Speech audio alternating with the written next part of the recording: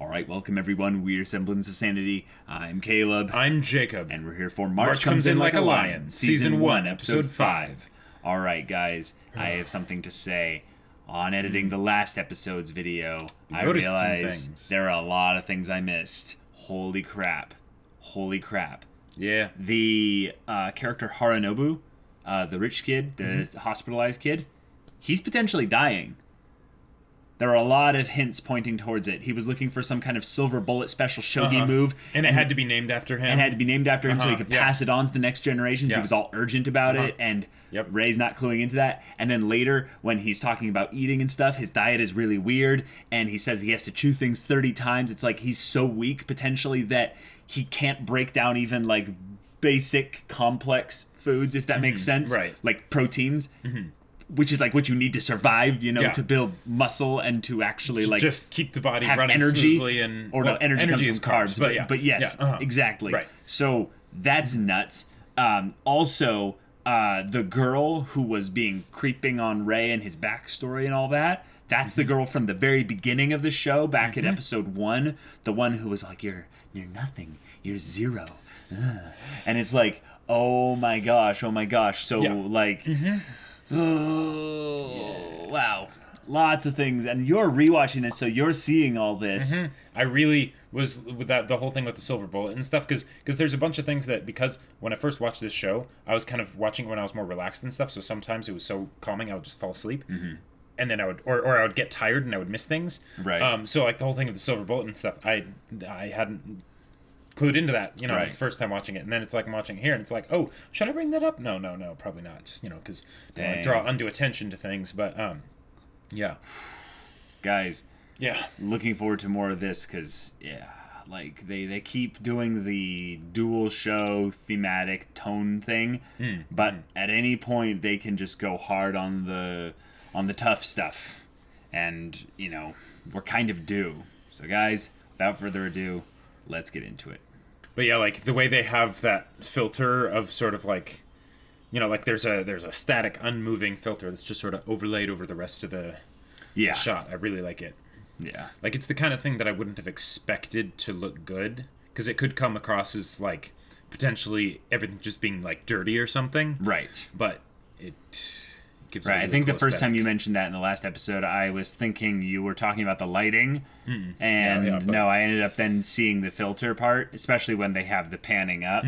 But in these ones here, you look at the actual individual, like just look at the body of Ray and look along the outlines. You'll notice that they're fuzzy and they keep shifting, and it's actually a repetition. It cycles between a bunch of, I think, images that are slightly off from each other. So it gives it this vibe of the whole thing kind of just mildly shaking and trembling. Right. Sort of fraying at the edges. Kind of exactly. Kind of a thing. Ooh, fraying at the edges. That's a great way to look at it, yeah. Oh. Backstory. Yeah. Oh, okay, cool. Gotcha. Oh, looks exactly like him.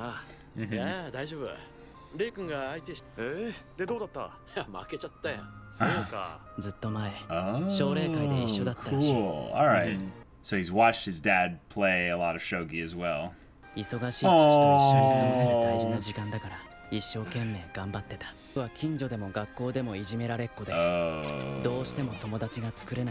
love how there's an etiquette to grasping the shogi pieces that way. Oh. Aww.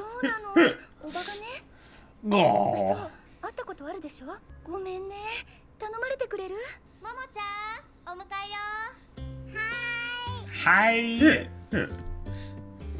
Oh my gosh. Oh.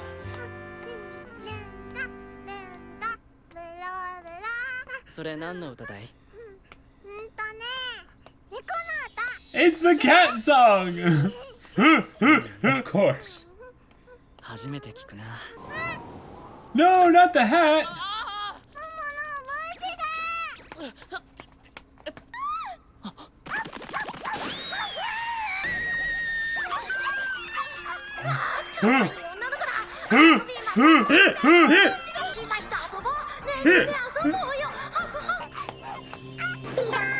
Oh, boof.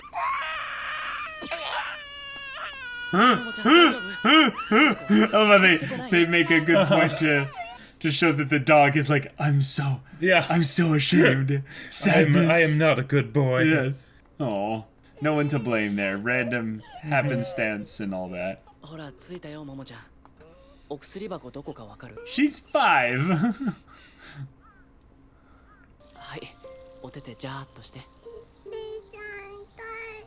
Yeah. Aww. But he's so sweet. Yeah.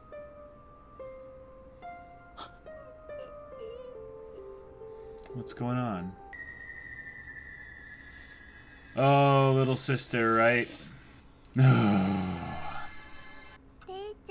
No. She's like, I don't understand. What? You didn't get hurt? Why are you crying? Yes! Yes! Oh. Oh. It's so bright. I love that all the animals talk. I love it so much.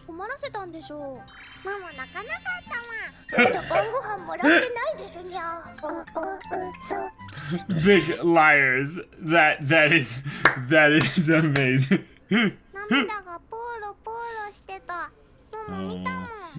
Yeah, it was, yeah.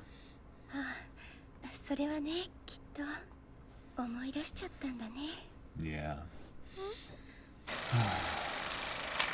ある日いきなり引きちぎられるように唐突に遠足から戻ると、僕の大切な父と母と小さな妹はまだらの塊になっていた。飲酒運転のトラックの巻き添えですって。3人とも即死だったらしいな。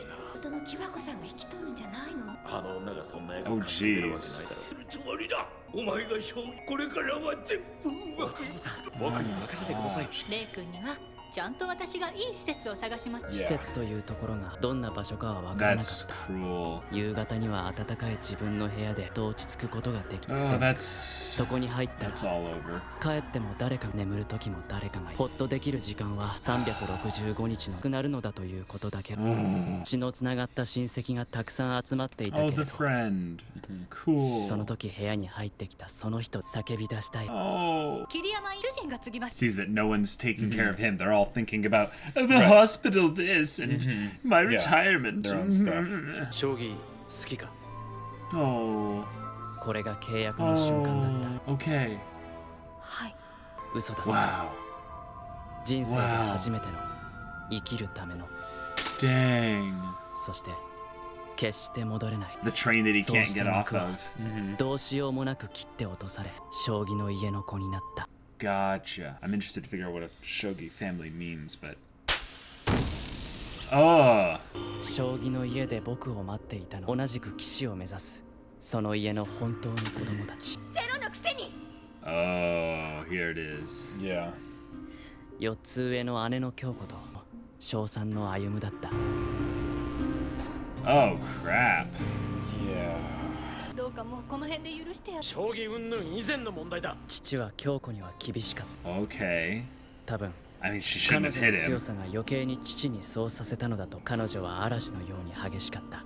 Okay, this is complicated. 気性もその美しさも。何チロチロ見てんのよ、ち。Jeez. ああ、頼む。 Oh. お父さんって何それ？私がそう呼べって言ったんだよ。のになんでお父さん？ Oh my god. うちの中で師匠と呼ばれるのも落ち着くか。お前、アマ名人の橋本さんに勝ったんだってな。すごいじゃないか。 Crap, this is really complicated and messed up. 良くも悪くも全てが将棋中心だった。だから彼を愛する者は強くなるしかなかった。 Jeez. 最初におかしくなったのは歩夢だった。 A breakdown. 歩夢君、最近学校でも腐りがちです。 Oh, the dog. 将棋やめる。自分で自分を説得しながら進んでいける人間でなければダメな。進めば進むほど道は険しく、周りに人はいない。自分で自分をメンテナンスできる人間しか。 That he's right. He's right. But the reason why they're even desiring this in some measure is Yeah, it's not for themselves. No, it's not for themselves. Wow. The time difference alone is staggering. なんで私が奨励会をやめなきゃなんないの Wow. 例に勝てないのならこれ以上はもう分かってるだろ京子。 Jesus. 自分の子が食われちまったってわけ。 Whoa. Whoa. Wow. 京子は街で遊び回るように歩夢は部屋にこもってゲームに読み込まれ3人で過ごすことは Oh my 学校 gosh. はモズやホウジロの卵のうちに Oh my 全て God. 外へ落とし、何も知らない育ての親は自分の子を殺した他人育て続けます。 Oh my gosh. He sees himself that way. たと Oh え my 学校の god. ヒナが自分より大きくなってしまうこの鳥は僕だ No. 本当に No way. 学校というのは将来の道を選ぶため He's like, I've already chosen mine. だからもう僕には必要着に集中したいんですプロになって頑張って That's cool though that the school takes his choice into 家を account 出よ though. う勝ち星をつかんでお金を稼いで一刻も早く出なければ自立したいんです僕があの家の人たちを Oh. 父さんを食い尽くす前に So he left of his own accord. No parallels there at all. None at all. No. Nope, not in the slightest. なんだレイ寒いのちょっとでかすぎるな。大丈夫です嬉しいです Oh. すごくあったかいですありがとうお父さんいっそ本当に鳥だったらとこんな激しい痛み知らずに済んだのにと Jeez. Yeah. Oh, that was just. Oh. Oh. Yeah. Yeah. Oh. So. It seems like they answered my question though about how they want to do the formatting of this because this was technically only one like, you know, chapter or whatever. But they focused the entire episode on it. No, this one had 2 chapters. It was 9 and 10. You sure? Okay, so was that the ending card of 10 there? Did you not see what they just showed? No, We'll check. We'll check again afterwards. It's all good. But yeah.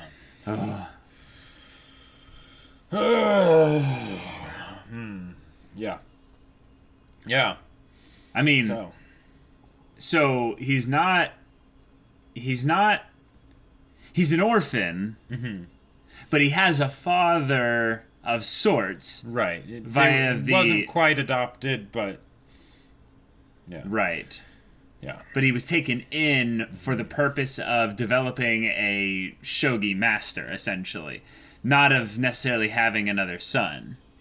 So there's that weird aspect of love that's not necessarily by the fact that he's a person, but that he's a good shogi player. So there's a little weird stuff there. All right. Okay, so now we know. Yep. Now we know. Okay, so let me make sure I've got this all essentially right here. Ray had life just suddenly strike him upside the head with his whole family dying instantly in a car crash. Before this, he had been already a good shogi player and shown some natural intuition for the game and how to play it well. Particularly because I think his father, being a pro shogi player, he picked up things by proximity. And his father's best friend was a shogi player, and he would come over and he would play a lot of it. So there, that helps, there. Right. But then we have this whole dynamic where at the funeral, the rest of the family is not as concerned actually with taking him in because of some weird family drama with regards to the things their own personal lives are too important. Their own personal lives are too important to deal with Ray. Which, okay, here's the thing. I understand extended family having their own problems to deal with. An example would be, let's say you have a family that's struggling financially. And they're like, we totally would want to take Ray in. But we can't. We're struggling to feed our own kids or get rid of debt or something or what have you. But no, this seems more like they just don't care. Right. They care about other things more. And here's the thing. if any of our, extended family had their parents die like that, and it was just one, kid and stuff, this is something that we have a lot of personal experience with, which is basically opening up our home to kids who need a place to stay, need a family. And I do not understand when it's actual blood family, when it's actual biological family, how that is like less of a priority for people. To me, all of these people are like barely above scum in my mind. Like okay, I understand now why Ray's not necessarily the most trusting of people and or just opening up in general.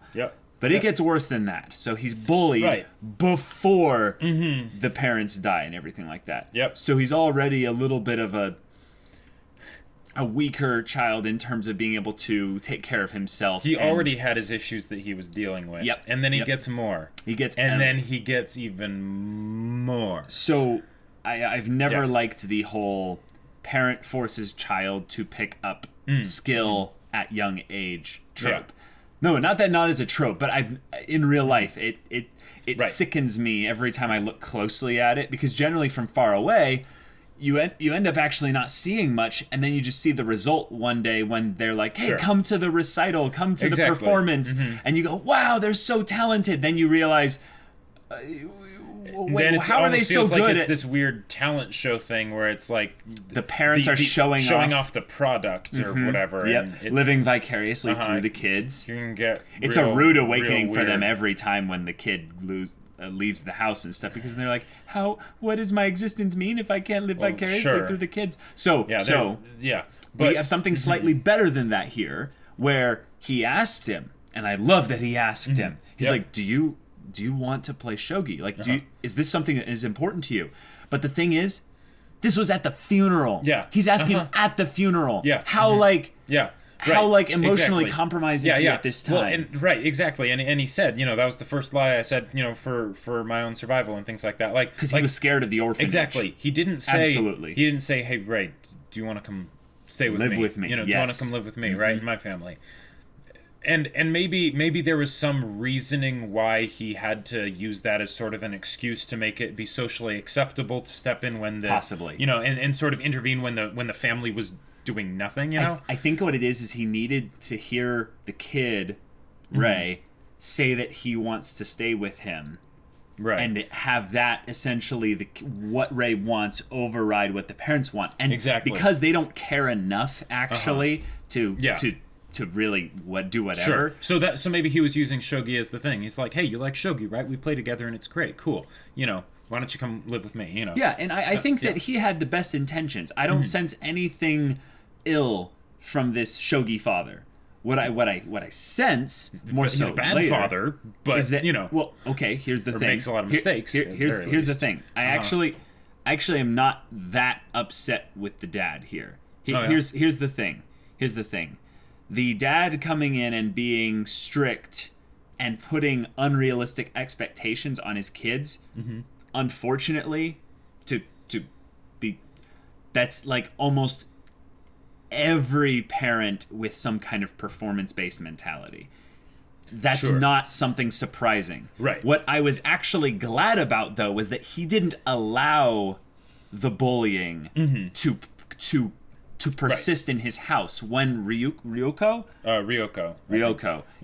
when she bullied Ray, he's like, no, you're gonna stand outside in the snow. Oh, was that what it was? I thought she was in another building. She was in another room or something. Well, I mean, they were. It looked like she was in like a form of like solitary confinement for an amount of time, or was she outside? No, she was outside, and they wouldn't let her come back in for a certain amount of time because, Okay. So here's the thing. Yeah, the dad has some issues. One of the things that I think parents are starting to learn more and more nowadays is that the disconnect punishment penal kind of system within the family structure is not really sustainable. what's better more so is that you establish a communication between the child. And unfortunately, I think that the idea is that at this time, this dad didn't want to invest enough energy into actually maintaining. Right, or it was too little, too late, and you know, by that time, he didn't nip it in the bud. Maybe when Ryoko was like a little kid, you know, she might have been willing to listen. Well, okay, hold on. We don't know that the daughter was like this at any point before this. Well, assume that the way someone is at one point is kind of how they are throughout their life, and that this is just one manifestation of it that takes to an extreme. Yes, absolutely, you know? Absolutely. An example would be, let's say she's never been beaten before at shogi. Sure. But when a kid runs faster than her when they're doing their little game of tag, you know, out in the playground and stuff, she comes over to them and goes... like, pushes the kid over. Pushes the kid or something. Right. Now, exactly. Now, what I'm bringing the point up is that it seemed like the dad was shocked by the actions of his daughter. So right. for my intents, I think he had never seen that extreme ever before. Which could be then another example of him being disconnected exactly. from his family. That's you know, and that absolutely is supported by the idea that apparently shogi was everything. Yes. And 2, every one of his kids was so desperate for attention. Yes. You know. Absolutely. Yeah. And then he brings in another kid, and here's the thing, guys. This is something that I never, ever, ever expected to feel. But I felt exactly what Ryoko was feeling. Yep. So in the first episode, when I said that there were going to be reasons why this show would hit us harder than most... Yeah. This is kind of why, because okay, our parents took in kids fairly regularly, right? And there were 3 Native American brothers that came to stay with us, and they are our brothers, right? They are our brothers. And like from like young age. But it's been well over a decade of relationships built with them. Yeah, so, I want to say I was like 8 or 9 when they came to stay with us. Yeah, that was when they came to stay with us for a long time. They had stayed with us for like short periods, you know, before, but there was always trouble because they were Native American kids, and so the system ended up always moving them to other much worse places because the people that were taking care of them then were Native American, but so then they ended up coming to stay with us, and we couldn't actually adopt them, right? It was like a legal guardianship, thing, because there was all kinds of stuff with that, but they were family, right?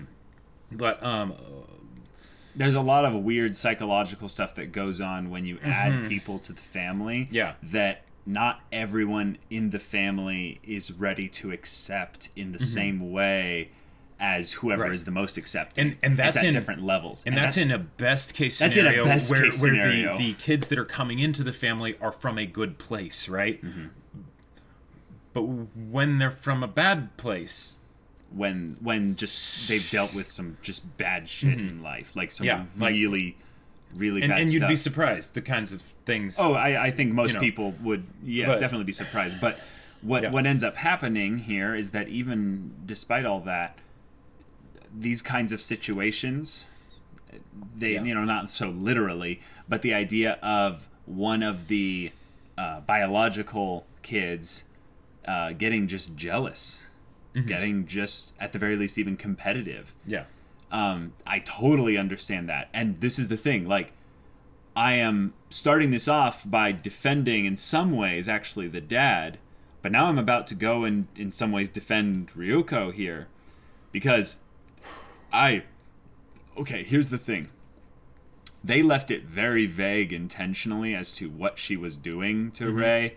But I would say sexual abuse is not a big leap. It's not completely off the table. Like it's one of those things where it's implied, I feel, but it's not actually, Yeah, but I think at this point we can't still say anything, because now we're actually doubling back a little bit and showcasing that what it was a form of self-hatred manifesting in physical violence. Because the problem is that when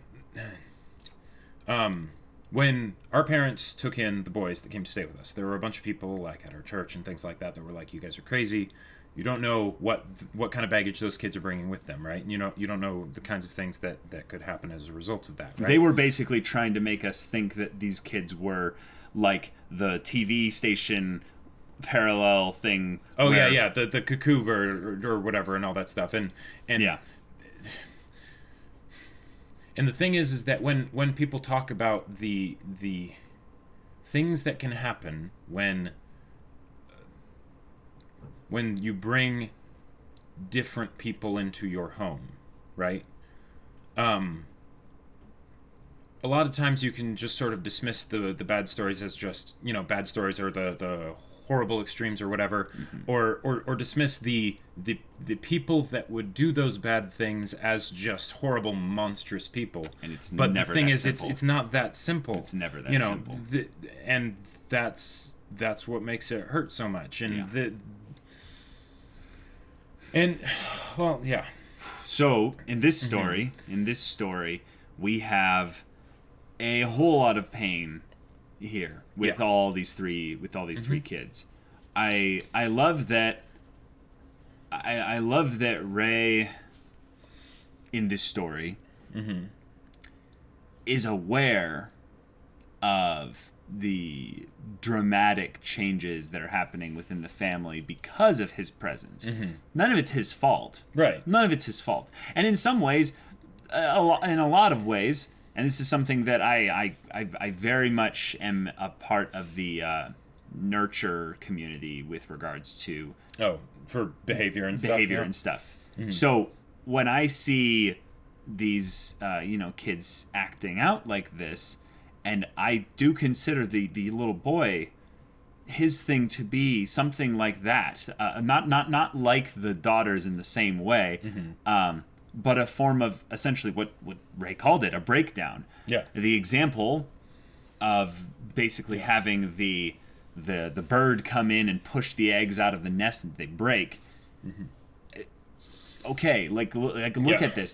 So you have a father who determines your worth based on your proficiency in shogi, which is an arbitrary measuring stick that one, they're probably still great players and stuff. Yeah. But because we decided that Ray would be the integer on the arbitrary measuring stick that they would be measured against, they just rolled badly on the life D100, basically. Yep. There's nothing more to that. If anything, it shows the laziness potentially of the father by being that he can't train more than one person to become better at the game. Well, and that the only thing he can teach people is how to be better at the game. He can't teach them how to be better people. He can't meet them where they're at with their own individual needs and wants and desires and things like that, and the fact that they are different people, right? It's like he made an agreement with himself a long time ago that he wasn't going to be an actual father. He was going to be a shogi coach. Yeah. And here's the thing. Kids don't need coaches. They need fathers. They need mothers. They need parents. They need people. It's not even really important who they are. They need one person in their life to accept them and love them. All this other stuff is extraneous.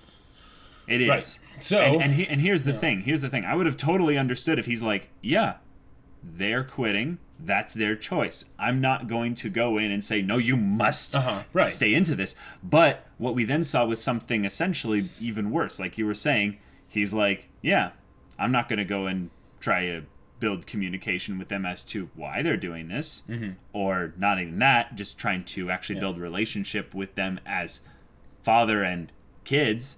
Now, unfortunately, in these types of stories, this is something that I really hate that most stories do, is it's lazy writing, but it's also, I'd say, kind of realistic, is that the father is relegated to be this entire portion of the problem within the family unit in this, because he's the one carrying all the power and all the impetus within the story. And the mother just becomes this non-existent fly leaf character that just sits there and does nothing. Well, and says one line in the entire episode. And unfortunately, I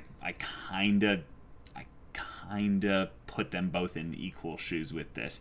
Not that he's the one primarily the problem here with, you know, creating this whole environment. Right. But yeah, when you have, say,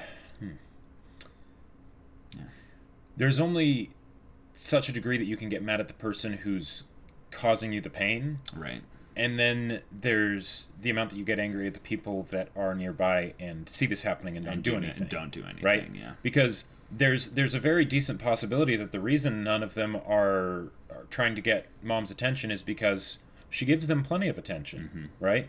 But she doesn't do anything about this other thing, right? Yeah, you know, what about that shadowy place? Like, no, just turn a blind eye to it. Yeah, one of the things that you know, we have from personal experience is that there are moments where you know, the kids don't have the full perspective on everything, but they come to the parents essentially with their grief about a specific area. Yeah. And our parents were fantastic. They actually addressed specific things, and they ended up bringing us into the conversation. I think that ended up growing us as people in some ways, making us more adult-like at a younger age than most of our peers ended up becoming, because we just had to be introduced to things that, you know, most people weren't at that age. And that's something that I look back on as actually something that's really cool. And I actually relate it to what Ray was talking about earlier about how he found a positive thing with this guy. Initially he was saying, like, this guy speaks like an adult, but he's actually speaking to me like an adult. Like, he's not talking down to me. He's not talking dumb to me like a peer. He's talking to me like a peer, exactly. And that's really special. Like, especially if the child understands that. I think that sometimes they do, you know. Yeah, I know, but sometimes I don't think they understand that. Or at the very least, they don't understand just how incredible that is necessarily. Like they do, because they. I mean, I don't think you're getting what I'm trying to say. Okay. What I'm meaning is that, like, the example is, because this was shogi, because this was something that was connected to him, it was a language already that he understood. So he understood that the guy wasn't talking down to him because he knew the difference. He had seen both versions. Sure. An example would be in you know, in video games, for instance. Let's say, like, someone was trying to teach you a specific game. Just life in general. He would have seen it plenty of times, of all the times that people talked down to him and treated him like a kid, because he was a kid. Right. I'm just trying to say that he noticed it, especially I think because this was, like he said in the episode, a language that he understood. Right. Whereas all the conversations with the other kids and stuff were bewildering. Like, that was a very good choice of words for that. Very good choice of words. Paints quite the picture. So we know a lot now about Ray's backstory. We do. And one of the things that I had been wondering whether I should point this out or like go for it, bring it up a few different times as we've been watching this, is in the very first episode when he plays against his dad. Right. He says, you know, Ryoko and the boy's name. You know, they missed you, and then the very first thing that Ray says after the game's done is, "That was a lie." That was a lie. You know, and now we have the two aces, and they, but So and here's the thing, and this is in the first episode when I just started crying randomly. Right, that was. I didn't expect to, but that's one of the things that makes this show so amazingly beautiful, because here you have all the stuff that this kid has gone through and still is going through. He hasn't figured out how to deal with it, right? Right. And then you have this wonderful family that has their own stuff that they're going through, right? Their own pains and struggles and everything. Yep. And they can help each other. And that's and the thing is like in the three brothers that our family took in, we don't really know where any of them are now. Like, over time, they ended up leaving for, well, yeah. Their family was a bad influence, basically. Really bad influence. And, really bad. And it wasn't all at once, but one by one, they ended up getting roped back into all the crap that their family was involved with. And often it can feel like, well, what was the point of all of it, right? You know, the process of bringing these kids into our family and loving on them and everything, and hoping that can help them make a difference, you know, whatever, right? And then stuff like that happens, and you're like, okay, maybe it was all for nothing. It didn't work, right? But even if you can't see it, that doesn't mean it isn't doing anything. And with the Akari and Hinata and Momo and stuff, when, you know, every time Ray comes over, he doesn't stay over there. We don't know how much time passes in between his visits, right? Mm-hmm. You know, it could be weeks, you know. Yeah. But it's the idea that just that simplicity of having normalcy, mm-hmm. and the effect that can have on him, and yeah, I don't want to talk too much about that past stuff here. So, mm-hmm. Yeah, but I didn't know we would be talking about that. Yeah. Here. Yeah. Okay. So we have the whole little thing with Momo that was cute. Mm-hmm. Yeah. Yeah. I loved. Yeah. I loved how that was the foreshadowing that we were going to be getting the flashback here, and that was a sweet thing with her. That was very cute. Yeah, the bullying aspect is something that I think I sensed just from the beginning of the story, that this is a character who has been kind of pushed around by people a lot of his life. But now knowing specifically that there was a family environment that he was brought into specifically after such a horrific incident, and then got bullied even more, and in some ways feels like a bully who pushed out these other ones and stuff. This guy is a walking, talking, or barely talking, corked up bottle of shame and regret and sadness and hurt and pain and a whole lot of other things. And the thing that's really interesting about that is that people like Akari, for instance, can sense basically the brokenness. Yeah. It's like it's waving, emanating off of him and stuff. So it's not like hidden that well. Right. But the thing is that to think about like where this story is going, how much would it take? How much would it have to? How much more would have to happen in the story in order for him to legitimately open up and be vulnerable and express his emotion in such a way so that it can be dealt with and healed and made better? Because that's something I think they're basically saying, oh, we'll get ready in for the long haul. We are going to make this as realistic as possible and as slow as possible, because I hope it's not quite as realistic as possible. Well, here's the thing. I have noticed that they do these little shots. They do these little shots that are the artistic shots where they give you kind of the feeling of what this scene is meant to invoke. But what they also do sometimes is they'll have these parallel shots where they'll cut back and forth between someone talking about someone while they're not there. And one of the realistic things that I'd say happens in these kinds of scenarios is you'll have people that mean well and want to help, but can't really directly help until the person who needs help specifically asks for help. Right. Exactly. Because and person needs to accept the help. That will take years, or it will never happen. So like it's almost always that binary. Like I know most times it's not, life is not so simple and black and white, but because of how vague I put these terms, it oftentimes is that. It's either like they're never going to ask for help, or it's going to be years and years and years and years. Because people, oh man, when someone is in pain, and is having this much just stuff going on, it cycles in on itself, and time does not heal all wounds. Time makes permanent. time just seals things into scars and then just flares up every once in a while. Like the idea that he has actual post-traumatic stress disorder from just having these specific visual cues or, physical touch stimuli, triggering back to the whole feeling of coming in and seeing all three of his family dead in the same spot. Who thought that was a good idea? Yeah. We need you to identify them. No, you don't. Yeah. There's a couple things I'm going to ask you. I really want to hear your thoughts on this. Do you feel like this show is emotionally abusive like Your Lie in April? No. Okay. No.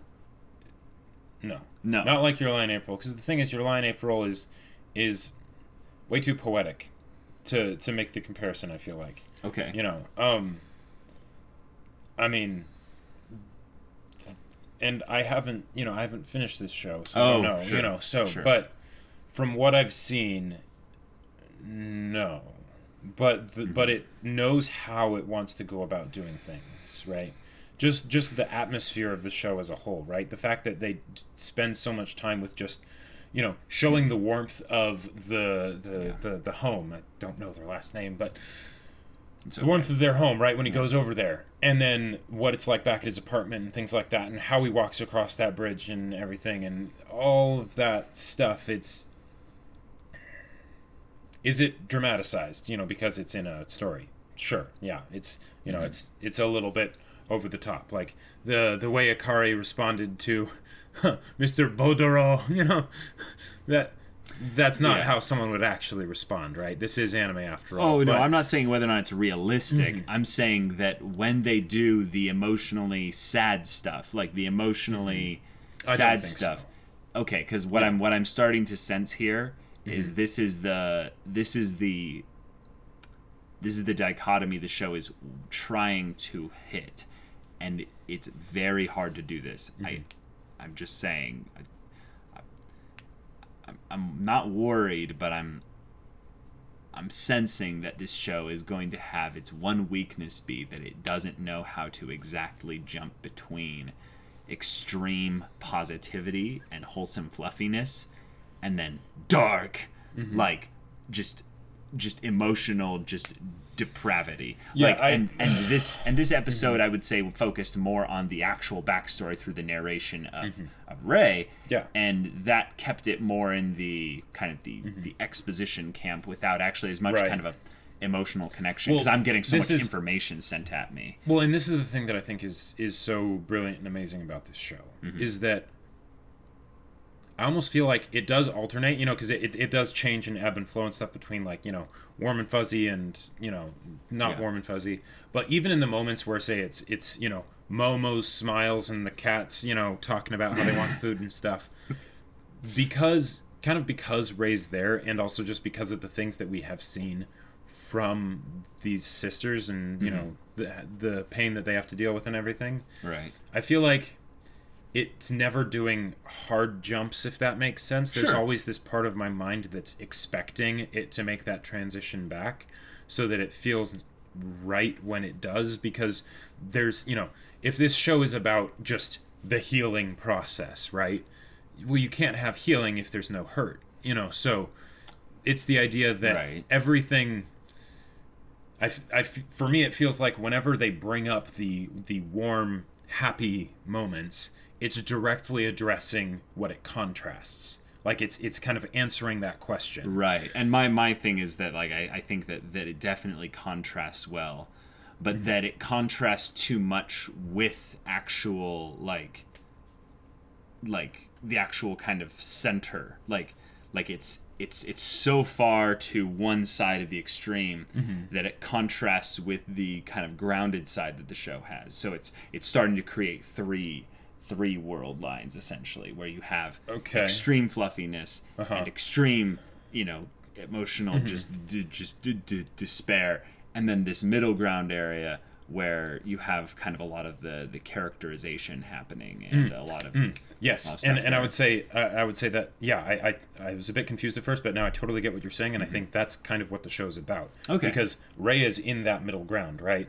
And there's this tug of war that's happening between the sisters, and their whole family, and then the memory of everything that's happened, Okay. Kyoko's, so we're meant to look at it that way. Ryoko's whispers, and right. Yeah. But so we're meant to look at it that way. I think so. And that's a good, the tug of war thing I actually really like, because that keeps it very simple. It brings it down to the stress of being caught in the middle of all this. Right.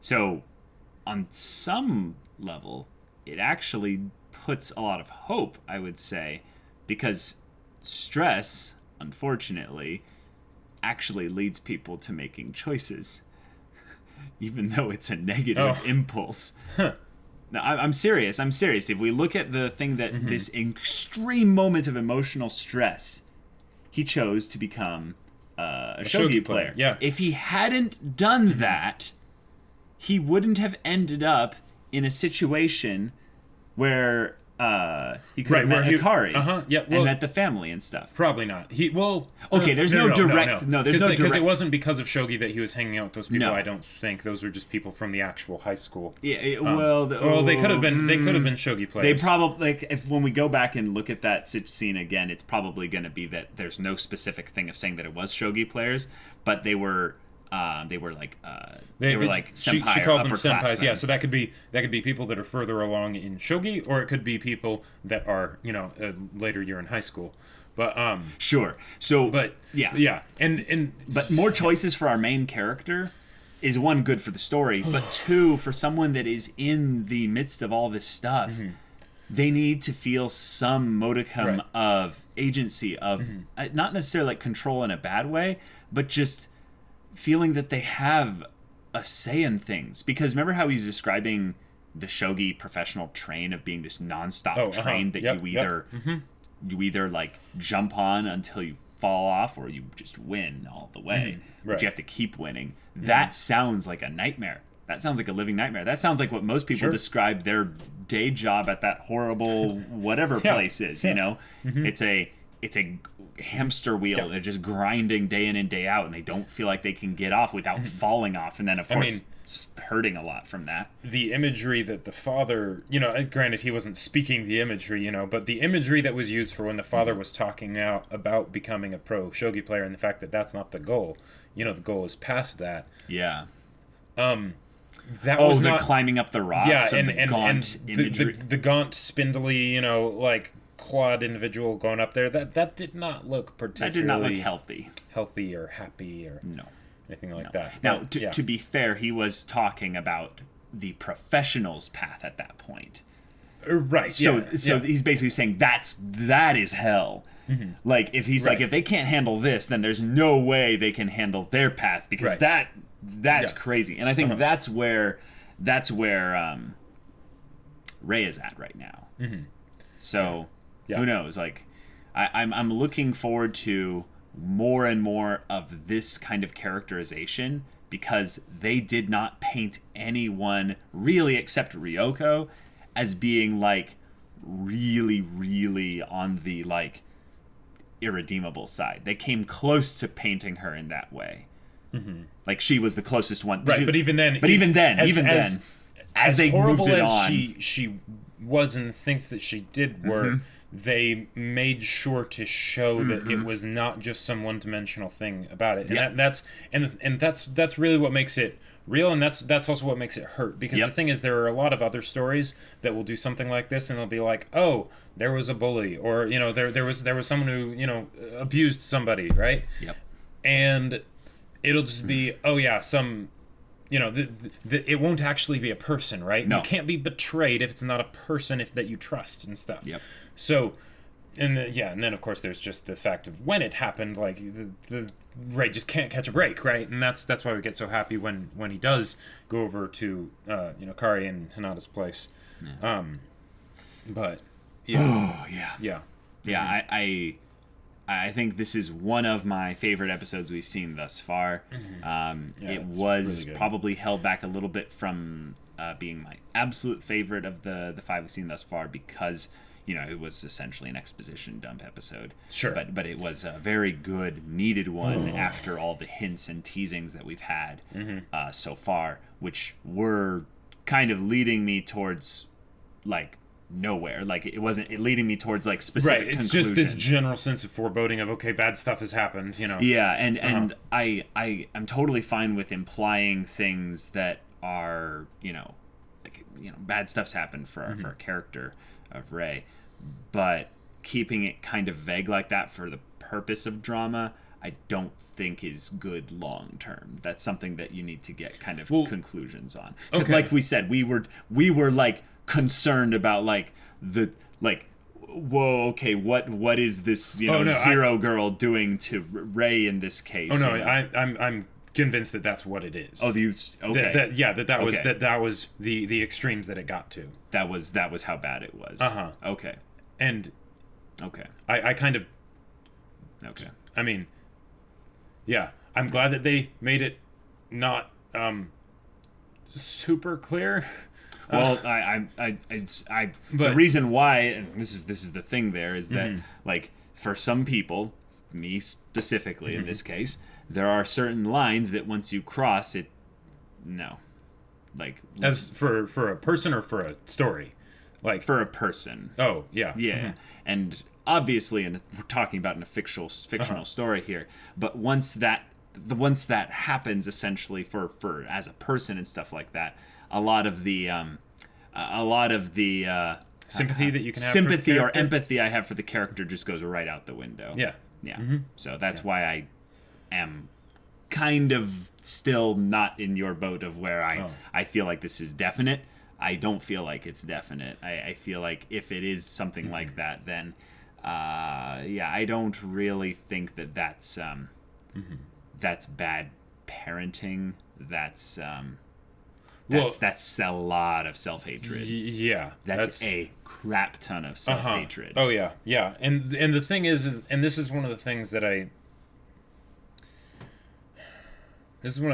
like about this show, is that if Ryoko's abuse of Rey got to the point where it turned sexual, I really like how they handled it in the introduction of it, and how Rey is as a person, and how they treated Ryoko as a character, because the thing is that stuff happens a lot more than a lot more often, we would like to think. Now here's the evidence I think that points towards it. I'm just like that they didn't actually like make a point about it, was that it was him thinking about love with what was it?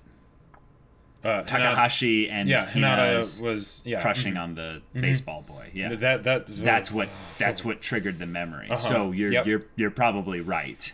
I just am pointing out that I don't think the story made it as clear. Right. Yeah. Until they go into more in depth into the actual healing process, you can't know for sure what, like, because the. Well, anyways, yeah. So, guys, this is some heavy stuff. This is a very heavy show. Yeah. There are a lot of wholesome, wonderful things in here, though. We can't forget that Momo is the most adorable blob of adorableness and cute. So, and even the dog was talking. Like, there's so much to love about this show in a positive sense, but there's so much to talk about as well from the darker, heavier sense. Yeah. So guys, looking forward to the next episode's reaction and discussion. If you want to see the next episode's reaction and discussion right now, go check out the link in the description below for our Patreon. You can get an early access there. You can watch full-length reactions there. And all this comes with Discord access, where you can chat with us about stories or just whatever. And if any of that interests you, we'll see you there. But until then, we're Semblance of Sanity. I'm Caleb. I'm Jacob. And we'll see you all next time.